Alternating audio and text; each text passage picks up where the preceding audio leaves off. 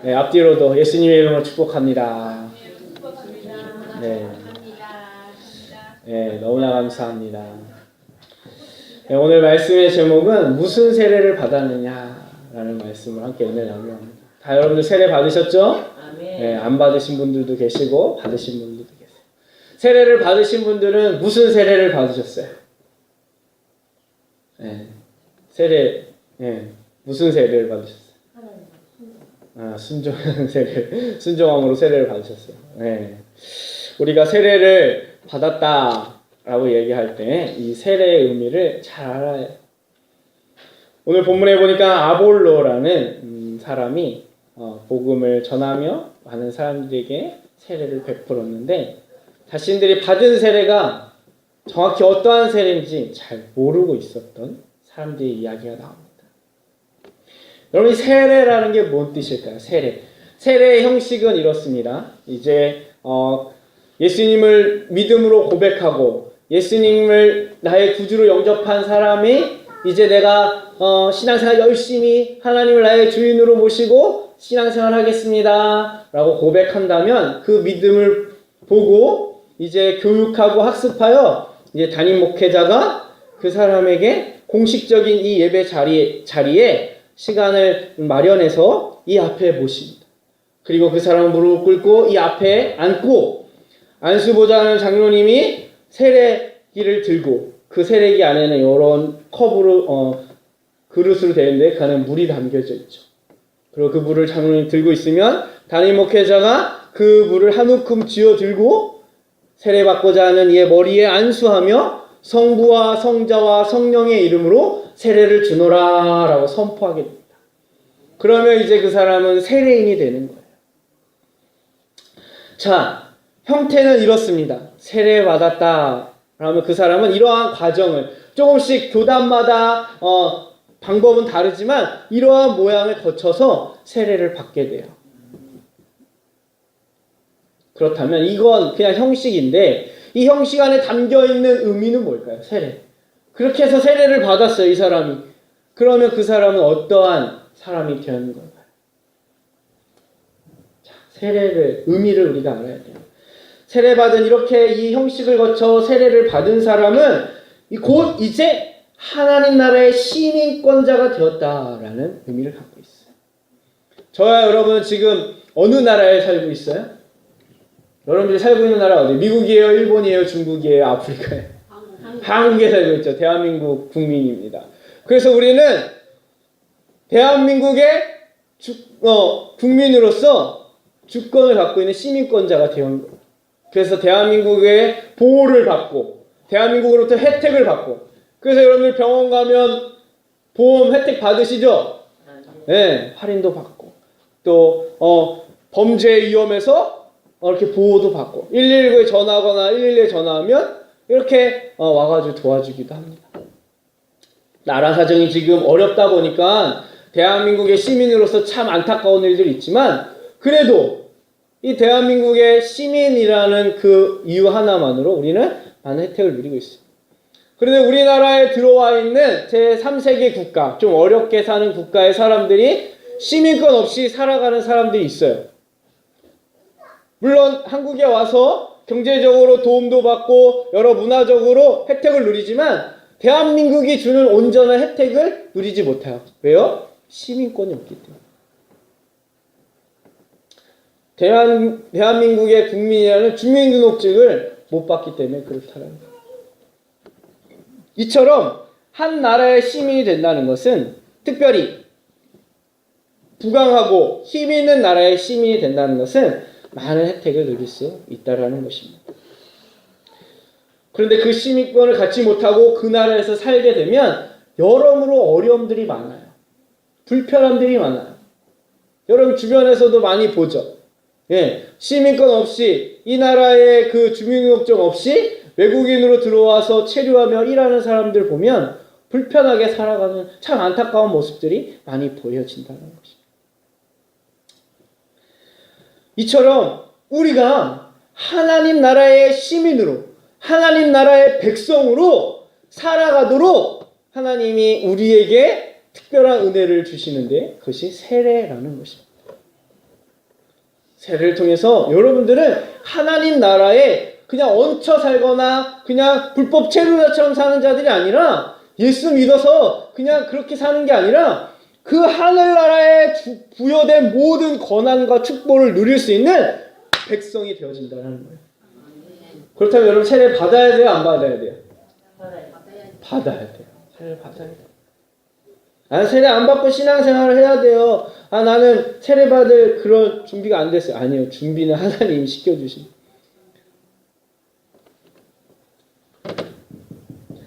근데 초대교회에서 이 세례를 받는다는 것, 하나님 나라의 시민권자가 된다는 것은 단순히 그냥 하늘나라의 권세와 그 복을 받는다라는 의미를 뛰어넘는 현실의 문제가 있었어요. 이 초대교회, 막 이 사도행전이 막 쓰여질 이 당시에는요, 세례를 받는 즉시 그 사람은 어떠한 사람이 되느냐? 나라의 반역자가 되는 거예요. 왜냐하면 이 로마는요, 그리스도인들을 반역자로 지목했어요. 죄인으로 지목했어요. 왜요? 예수 믿는 사람들은 자신들의 왕은 누구예요? 저와 여러분들의 왕은 누구예요?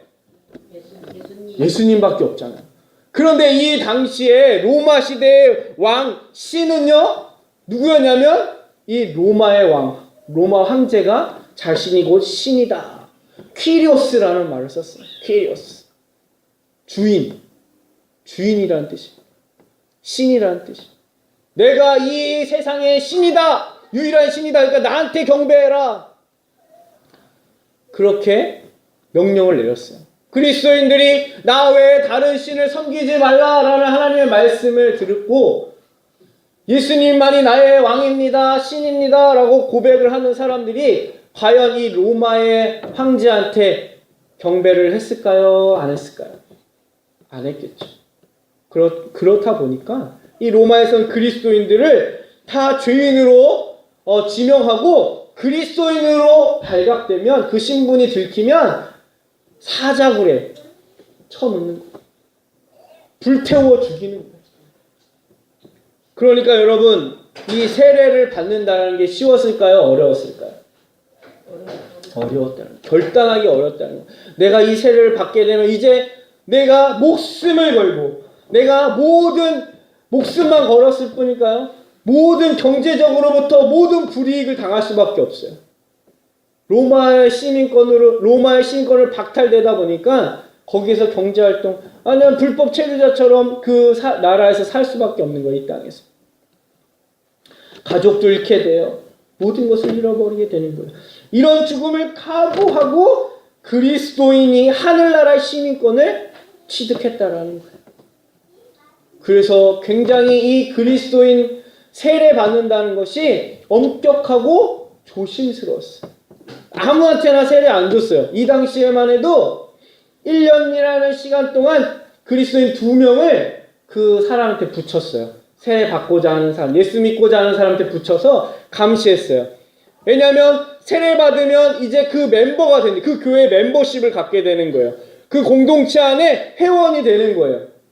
그러면 그 교회에 누가 그리스도인인지 다 알 거 아니에요, 이제. 그렇죠. 교회 딱 나오니까는 우리 동네에 이 사람이 교회 다니는 사람이었구나 다 알게 되죠. 그죠? 교회 안 나오면 잘 모르잖아요. 우리 동네야 뭐 조금밖에 안 되니까 다 알지만 그 도시에 그 당시에는 숨어서 예배 드렸기 때문에 누가 그리스도인인지 몰라요. 그래서 그 당시에 첩자가 많았어요. 그리스도인 척하면서 교회에 들어와서 당국에 고발하는 거예요. 우리 일제시대에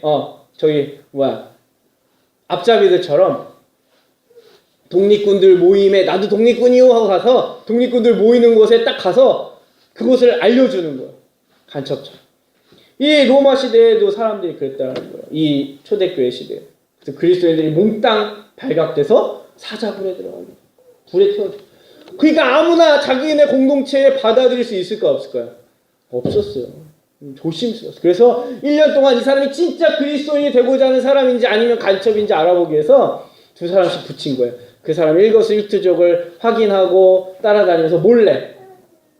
그리고 1년이 지나고 이 사람이 진짜 믿음을 갖고 우리 공동체로 들어오고 싶은 사람이었구나라는 거를 이제 확인하면 그때 막 이제 그 교회의 모든 성도들이 이 사람을 우리 공동체의 일원으로 받아들입시다라고 결정을 하고 새벽에 동이 트기 바로 전에 호숫가로 데려가는 거예요. 그래서 그곳에서 세례식을 베풀어요. 세례식을 거행하면서 이 사람은 이제 우리 교회 공동체고 하나님의 나라의 시민권을 가진 자입니다 라고 물속으로 이렇게 들어가요. 그리고 물에 푹 잠겼다가 정말 거반 물속에서 죽기 직전에 끄집어요. 나의 옛 사람은 이제 물속에서 죽었고 다시 예수님과 함께 살았다라는 의미에서 그렇게 다시 물속에서 나오면 이 사람은 이제 이전의 사람이 아니라 새로운 그리스도인으로서 살아가는 삶을 살게 되는 거예요. 그렇게 물속에 딱 올라오는 순간 이제 그 물 밖으로 딱 걸어 나오면 저쪽에서 해가 떠오르는 거예요. 그렇게 이 사람이 새 광명의 빛을, 하나님의 영광의 빛을 받으면서 새로운 교회의 멤버로 소속되어 신앙생활을 하게 되는 거예요. 굉장히 거룩하고 엄숙하고 장엄한 그러한 순간인 거예요. 초대교회의 세례 이와 같은 모습이었다는 것. 그렇다면 오늘 우리의 세례, 우리가 받은 세례는 어떠한 세례인가 그 의미를 다시 한번 우리가 알아야 됩니다. 단순히 그냥 세례 받았으니까 내가 이제 집사도 되고 권사도 되고 장로님도 되고 목사도 되고 될 수 있는 권한이 있다가 아니라는 거예요. 하나님 나라의 시민권자가 되었다. 그래서 나는 그러한 복을 누리며 살 수 있다. 로만 끝나면 안 된다는 거예요. 나에게 세례를 주시고 내가 하늘나라의 시민권자가 되었다라는 것 안에 엄청난 의미가 담겨져 있다는 것을 이 시간 우리가 깨달았으면 좋겠어요. 그걸 모르고 신앙생활하면요, 이 아볼로의 제자들처럼 그 의미를 모르고 살면 이 땅에서 우리가 누리고 받을 수 있는 은혜를 못 누리고 살아가게 됩니다. 그리스도인에는 두 가지 부류가 있어요. 이 세례의 의미를 알고 신앙생활하는 이들과 모르고 신앙생활하는 이들. 이 사람들을 성경적으로 표현하면 복음서적 그리스도인. 따라합시다. 복음서적인 그리스도인. 사도행적적인 그리스도인. 이건 헷갈리죠? 네. 쉽게 말하면 복음서는 뭐예요? 마태, 마가, 누가, 요한. 이것은 예수님의 일대기를 기록한 성경이에요. 그곳에 보면 예수님과 함께 동행했던 제자들이 많이 있었어요. 많은 무리들이 예수님과 함께 먹고 자고 같이 눈과 눈을 마주대하고 이야기하고 늘 예수님과 함께 했죠. 예수님이 베푸신 기적도 봤어요. 죽은 사람 살리고 병든 사람 고치고 오병이어의 기적도 보고 풍랑을 잠잠케 하시는 예수님의 기적도 보았어요. 많은 사람들이, 제자들이 예수님과 함께 살았다는 거예요. 이게 복음서적인 그리스도예요. 그런데 문제는 뭐냐? 이 사람들은요, 위기가 닥치고 예수님 십자가에 죽게 되는데 어떻게 됐어요? 예수님 곁에서 끝까지 목숨을 다하고 예수님을 위해 사는 자들이 아니라 다 도망갔어요. 뿔뿔이. 나 예수님 몰라요. 저 사람 몰라요. 아니, 같이 먹고 자고 기적도 보고 그 안에서 놀라운 일들을 다 배웠음에도 불구하고 하나님 나라의 모든 걸 듣고 배웠음에도 불구하고 마지막 위기 때 다 도망갔다는 거예요. 이게 복음서적인 그리스도예요. 능력이 없고 힘이 없고 자신감이 없고 기쁨이 없는 그리스도인의 삶. 이것이 복음서적인 그리스도인이에요. 예수님과 함께 있었음에도 불구하고 왜 그들은 그렇게 능력이 없고 힘이 없고 기쁨이 없고 두려움 가운데 신앙생활을 할 수밖에 없었는가? 사도행전 그리스도인들을 보면 그 이유를 알게 돼요. 사도행전 그리스도인들은 기쁨이 있고 능력이 있고 믿음이 있고 그들은 어떤 위기와 환난이 와도 순교의 각오를 하고 또 정말 순교를 당할지라도 두려워하지 아니하고 배신하지 아니하고 예수님을 끝까지 따라갔던 그리스도인들이라는 그 성령의 인도하심에 따라 사도행전의 그리스도인들은 하나님 나라를 실현하는 능력 있는 삶을 살아가게 돼요. 그들도 예수님처럼 더 큰 일을 하는 그러한 삶을 살아가게 돼요. 여러분들은 어떤 그리스도인들이 되고 싶습니까? 복음서적인 그리스도인으로 살고 싶어요? 아니면 사도행적적인 하나님 나라의 권능과 능력으로 두려움 없이 기쁨으로 살아가는 그리스도인들이 되고 싶어요? 사도행전적인 그리스도인이 되고 싶죠. 과연 이 차이가 무엇일까요? 복음서적인 그리스도인과 사도행전적인 그리스도인 차이는 무엇이 있을까요? 오늘 우리가 본문을 통해 그 은혜를 깨닫고 우리 모두가 사도행전적인 그리스도인들이 되길 주님을 축복합니다. 아멘. 먼저 아볼로에 대해서 성경은 이야기합니다. 아볼로가 누굴까요? 오늘 사도행전 19장 1절에 보니까 이런 말씀입니다. 아볼로가 고린도에 있을 때에 바울이 윗지방으로 다녀 에베소에 와서 어떤 제자를 만나, 이렇게 말씀하십니다. 아볼로의 제자를 만난 거예요. 아볼로는 누구인가? 아볼로를 이렇게 소개합니다. 사도행전 18장 24절에 이렇게 기록되어 있어요. 알렉산드리아에서 난 아볼로라 하는, 고향이 알렉산드리아래요. 유대인이 에베소에 이르니 이 사람은 언변이 좋고 성경에 능통한 자라. 아볼로의 고향은 알렉산드리아인데, 이 알렉산드리아는 이 시대에 최고의 학문이 모여있는 곳이에요. 그러니까 오늘날 이 세상에 지식을 전파한 시작된 곳, 시초. 여러분 고대 철학자 아리스토텔레스 뭐 이런 사람들, 하여튼 여러분들은 잘 모르시는데 하여튼 유명한 철학자들이 나온 곳이 이 알렉산드리아예요. 모든 세상의 지식과 지혜가 출발한 곳, 세상의 지혜가 시작된 곳이 알렉산드리아. 그러니까 얼마나 똑똑했었겠어요. 여러분 우리 자식들을 낳으면 서울로 보낸다 그러잖아요. 옛날에, 그죠? 말은 태어나면 제주도로 보낸다. 왜 그래요? 왜 자식이 태어나면 서울로 보낸다 그래요? 거기가 지식적으로, 학문적으로, 문화적으로 훌륭한 사람이 될 수 있는 바탕과 배경이 있기 때문이야 그런 거예요. 이 시대에 알렉산드리아가 그랬다라는 거예요. 그러니까 아볼로가 보통 똑똑한 사람이 아니라는 거죠. 그래서 그가 유대인은 뿐만 아니라 언변이 돼요. 언변이 뭐예요? 말 잘하잖아요. 말쟁이요. 누구와 얘기해도 지지 않는 그러한 언변이 있잖아요. 또 성경에 능통하다는 거예요. 성경을, 이 시대의 성경은 신약 성경이 아니라 구약 성경. 이때는 구약 성경밖에 없었어요. 구약 성경에 능통했다라는 거예요. 네. 보통 사람이 아닌 거죠. 그랬던 근데 그가 에베소에 있는 제자들에게 복음을 가르쳤다라는 거죠. 말도 잘하고 성경에 능통했지만 이 아볼로가 정말 중요한 것, 이 복음의 목적을 몰랐다라는 거죠. 복음의 목적에는 세 가지가 있어요. 개인적인 영적인 구원, 이것은 죽음 이후에 우리가 누리게 될 구원인 거죠. 그죠? 그리고 또 하나는 이 땅에서의 구원, 하나님의 자녀로서 하늘나라의 권세를 가지고 이 땅에서 살아갈 때 얻어지는 형통과 축복의 권세인 거예요. 구원인 거예요. 또 세 번째, 증인으로서의 사명이 있다라는 겁니다. 이 복음의 목적을 이 아볼로가 몰랐다라는 거예요. 그러면 이 아볼로가 가르친 세례는 무엇일까? 이렇게 성경은 얘기해요. 그가 일찍이 주의 도를 배워 열심으로 예수에 관한 것을 자세히 말하며 가르치나 요한의 세례만 알따름이라. 따라합시다. 요한의 세례. 네, 요한의 세례가 뭘까요? 요한의 세례. 그 다음 구절 마가복음 1장 4절에 이렇게 요한의 세례를 이야기해요. 세례 요한이 광야에 이르러 죄사함을 받게 하는 회개의 세례를 전파하니. 요한의 세례는요, 회개의 세례였던 거예요. 회개의 세례. 회개의 세례 아주 중요해요. 회개의 세례만 전파하면 문제가 되는데 회개의 세례가 중요하더라고요.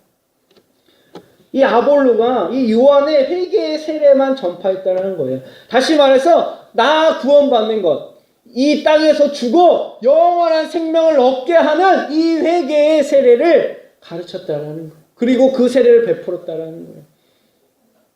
이렇게 되면 문제가 있어요. 그리스도인으로서 우리가 세례 받으면, 아볼로의 회개의 세례만 받으면 우리가 천국 가서 영원한 생명을 얻는 구원의 기쁨을 얻는데 그게 이 땅에서 살아갈 동안 우리에게 힘과 능력이 되어지지 못한다는 거예요. 죽음 이후에나 얻을 수 있는 기쁨이잖아요. 그죠? 당장 나에게 지금 뭐가 필요해요? 이 땅에서 이 로마로부터 이 핍박과 이 박해로부터 이길 수 있는 힘이 필요하잖아요. 그죠? 당장 예수 믿는데 예수 못 믿게 하고 막 힘들게 하고 괴롭히고 막 그러는데 여러분들 이 구원의 회개의 회개의 세례만 받았다면 빨리 죽어야 이 고통으로부터 벗어나잖아요. 그래야 천국 가서 영원한 생명을 누릴 수 있잖아요. 그러면 이 사람은 무슨 생각하겠어요? 아, 빨리 주님이 오시거나 내가 빨리 죽어 천국 가야 되겠다. 이 땅에서는 낙이 없는 거예요. 이 땅에서는 힘만 드는 거예요. 이게 회개의 세례의 한계다. 그런데 정말 하나님께서 우리가 이 땅에서 그렇게 이기지도 못하고 버티지도 못하고 기쁨을 누리지도 못하는 그러한 복음을 주셨냐? 그게 아니라는 거예요. 영원한 죽어서 누릴 수 있는 영원한 생명인 복음을 주셨지만 이 땅에서도 우리가 그 복음을 누릴 수 있는 특권을 주셨다라는 거예요. 근데 아볼로가 요거를 모르고 놓치고 있었다라는 겁니다. 그래서 바울이 다시 그들에게 세례를 알려주고 세례를 베풀어요. 바울이 그들에게 세례를 베풀면서 이야기를 합니다. 오늘 본문 말씀에 보니까 바울이 이렇게 얘기해요. 바울이 이르되 요한의 회개의 세례를 베풀며 백성에게 말하되 내 뒤에 오시는 이를 믿으라 하였으니 이는 곧 예수라 하거늘 그들이 듣고 주 예수의 이름으로 세례를 받으니 예수의 이름으로 세례를 받았다라고 이야기를 합니다. 요한의 세례가 단순히 죽음 이후에만 누릴 수 있는 그러한 영원한 복인 세례가 아니라 예수 그리스도로부터 주시는 그 세례를 말미암아 이 땅에서도 우리가 누릴 수 있는 그러한 축복의 삶이 되어진다. 하늘나라의 백성으로 특권을 누릴 수 있는 세례다라고 가르쳐주고 있다는 거예요. 그리고 그 세례를 베풀어 주었어요. 예수 그리스도의 이름으로 주는 세례는 죽음으로밖에는 해결할 수 없는 자신의 죄를 예수님과 함께 십자가에서 죽고 예수님과 함께 다시 살게 되는 것을 믿고 깨닫게 되는 세례였어요. 단순히 죄만 해결돼서 죽음 이후에 받는 그러한 축복이 아니라 내가 초대교회 성도들이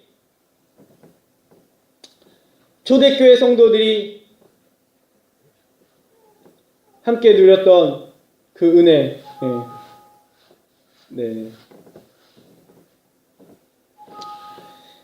초대교회 성도들이 그들이 받았던 그 세례를 이 아볼로의 제자들이 받게 되었다는 거예요. 내가 죽고 물속에 깊이 들어갈 때에 이전에 나를 위해 살던 이 세상의 로마의 왕으로 모시고 살던 그 자신은 죽고 이제 태양과 같이 빛나며 나를 영화스럽게 하는 그 예수 그리스도를 주인으로 모시고 살아가겠다고 하는 그 고백으로 말미암아 이 땅 가운데서 승리하며 살아갈 수 있는 그 세례를 받게 되었다는 것. 로마서 6장 4절에 이렇게 말씀하고 계십니다. 그러므로 우리가 그의 죽으심과 합하여 세례를 받음으로 그와 함께 장사되었으니 이는 아버지의 영광으로 말미암아 그리스도를 죽은 자 가운데 살리심과 같이 우리 또한 새 생명 가운데 행하게 함이라. 골로새서 2장 12절 너희가 세례로 그리스도와 함께 장사되었고 또 죽은 자 가운데서 그를 일으키신 하나님의 역사를 믿음으로 말미암아 그 안에서 함께 일으키심을 받았느니라. 그냥 죽음 이후에 그 생명을 누리며 사는 자가 아니라 지금 주님이 죽으실 때 같이 죽었고 주님이 다시 부활할 때 우리도 부활했다라는 거예요. 다시 살아났다라는 거예요. 그러면 여러분 다시 살아난 우리가 그냥 살아가도록 주님이 내버려 두시느냐? 그렇지 않다는 거예요. 주님이 다시 살아나실 때 주님이 사단의 권세를 다 이기셨어요. 그 이김의 권세, 그 승리의 권세를 우리 믿음의 사람들에게, 세례받은 사람들에게 허락하셨다는 거예요. 아멘? 아멘. 저와 여러분들이 그 은혜를 받은 줄 믿습니다. 아멘? 네. 넘어갔네요. 말씀해 보니까 사도행전 1장 5절에 이러한 말씀을 하고 계세요. 요한은 물로 세례를 베풀었으나 너희는 몇 날이 못다가 성령으로 세례를 받으리라. 사도 바울이 예수의 이름으로 현세에 살아갈 수 있도록 그들에게 예수님께서 죽음 이후에 그들을 죽음으로 넣으시고 그들이 죽은 다음에야 누릴 수 있는 복을 주신 게 아니라 이 땅에서 살아갈 수 있도록 복을 주셨음을 예수 그리스도의 이름으로 세례를 베푼 후에 그들에게 안수할 때 성령이 그들에게 임했다라고 본문에서 말씀하십니다. 5절에 보니까 그들이 듣고 주 예수의 이름으로 세례를 받으니 바울이 그들에게 안수하며 성령이 그들에게 임하심으로 방언도 하고 예언도 하니 말씀하고 계세요. 바울이 마지막으로 안수를 통해 성령 세례를 그들에게 받게 했다라는 거예요. 이 성령 세례를 사도행전 1장 5절 요한이 이렇게 얘기합니다. 요한은 물로 세례를 베풀었으나 너희는 몇 날이 못되어 성령으로 세례를 받으리라. 성령 세례, 바로 이 성령 세례를 오늘 바울이 이 사람들에게 베풀고 있다. 그렇다면 우리는 이 성령 세례까지 받아야 하는 거예요. 단순히 하나님의 종으로부터 물로 세례를 베풀어서 예수 그리스도의 이름으로 이 땅에서 누리는 축복을 받는 하늘의 시민권자가 되는 그 세례를 받을 뿐만 아니라 우리는 성령께서 주시는 세례도 받아야 한다는 것입니다. 왜 그 세례를 받아야 하는가? 성령 세례를 통해서 나만 구원받고 나만 이 땅에서 구원받은 하나님의 나라의 시민권자로 그렇게 행복하게 살아가는 자가 아니라 나를 통해 하나님 나라가 확장되어질 수 있도록, 이것이 복음의 마지막 목적인 거예요. 너 하나 구원받고 너 하나 이 땅에서 잘되고 너 하나 천국으로 하는 것이 아니라 나를 통해 내게 주신 복음으로 말미암아 내게 베푸신 그 세례로 말미암아 나와 같은 이들이 이 땅에 차고 넘치도록 땅 끝까지 그 복음을 증거하기 위하여 성령 세례를 우리 주신다. 이것이 복음의 마지막 목적인 거예요. 그래서 우리는 성령 세례를 받아야 한다는 거예요. 누가복음 4장 18절 주의 성령이 내게 임하였으니 이는 가난한 자에게 복음을 전하게 하시려고 내게 기름을 부으사 나로 포로된 자에게 자유를 눈먼 자에게 다시 보게 함을 전파하며 눌린 자를 자유롭게 하고 주의 은혜를 전파하게 하려 하심이라 라고 말씀하고 있어요. 결국 성령 세례를 통해서 우리에게 세례 베푸심을 통해서 하나님이 하고자 하시는 일은 은혜를 전파하게 하시려는 거예요. 나와 같이 하늘나라의 시민권자로 살아가는 이들이 이 땅에 차고 넘치도록 하게 하시기 위함이라는 거예요.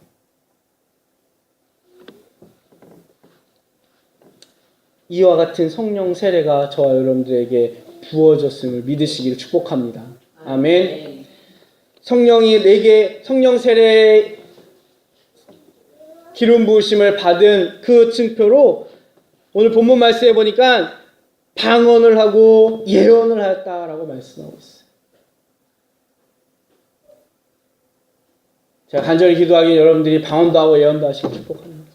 근데 그 의미를 알아야 돼요. 그냥 방언하고 예언하는 게 성경의 그 현상이 중요한 게 아니에요. 그것을 그것을 주신 하나님의 뜻이 있어요. 방언이라는 게 뭐예요? 언어잖아요. 말은요. 여러분들이 지금 어느 나라 말을 사용하세요? 대한민국 말 사용하시죠. 혹시 뭐 일본어 사용하시는 분 계세요? 중국어 사용하시는 분 계세요? 모국어가 나는 러시아어다라는 분 계세요? 아니죠. 여러분 우리나라 말이 여러분들의 모국어라면 여러분들은 어느 나라 사람이라는 거예요? 대한민국 사람이라는 거예요. 말은요 그 사람의 정체성을 알려줘요. 만약에 그 사람이 일본말을 한다 그러면 그 사람의 모국어가 일본어다 그러면 그 사람은 일본 사람인 거죠. 그 사람의 정체성은 일본 사람인 거죠. 우리가 방언을 한다 그러면 우리는 어느 나라 백성인 거예요? 방언은 하늘나라 언어입니다. 하나님께서 하늘나라에서 사용하는 언어인 거예요.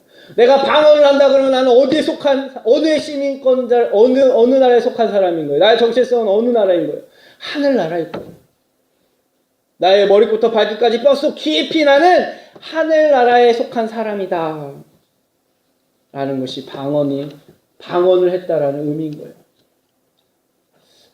물론 비록 방언을 못하실지라도 머리끝부터 발끝까지 나의 정체성은 나는 하나님 나라의 시민권자고 하나님 나라의 백성이다 라고 믿고 계시면 여러분들 방황을 하시는 분입니다.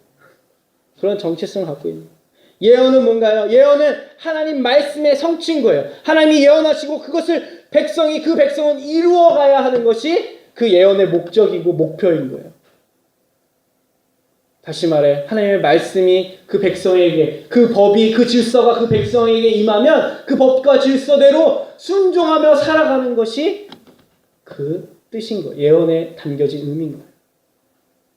총체적으로 예언을 했다, 방언을 했다라는 말은 이제 이 사람은 분명하게 하나님 나라에 속한 백성이 되었다라는, 이 사람을 통해 이 사람이 거하는 곳, 증거하는 곳마다 하나님 나라가 이루어진다.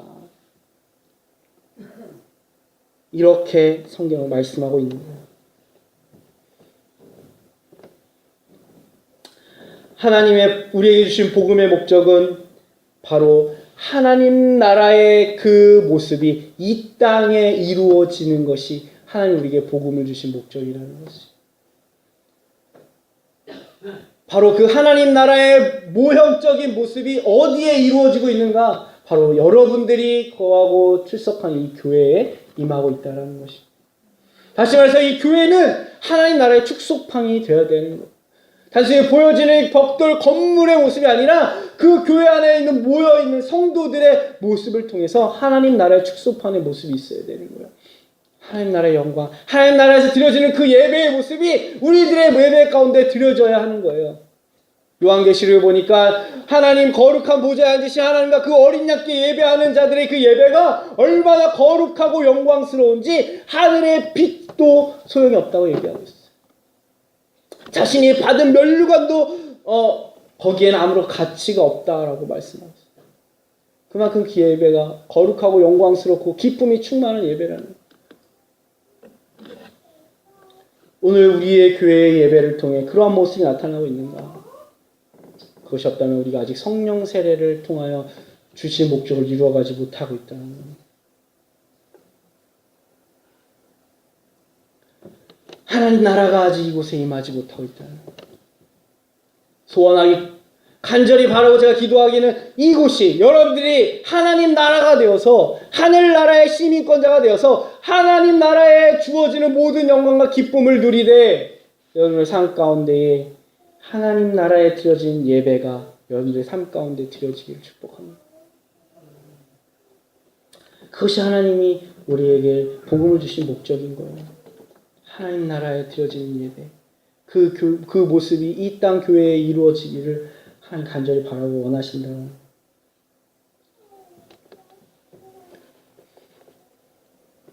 고린도후서 6장 16절에 보면 이렇게 말씀하고 있습니다. 하나님의 성전과 우상이 어찌 일치가 되려 우리는 살아계신 하나님의 성전이라. 이와 같이 하나님께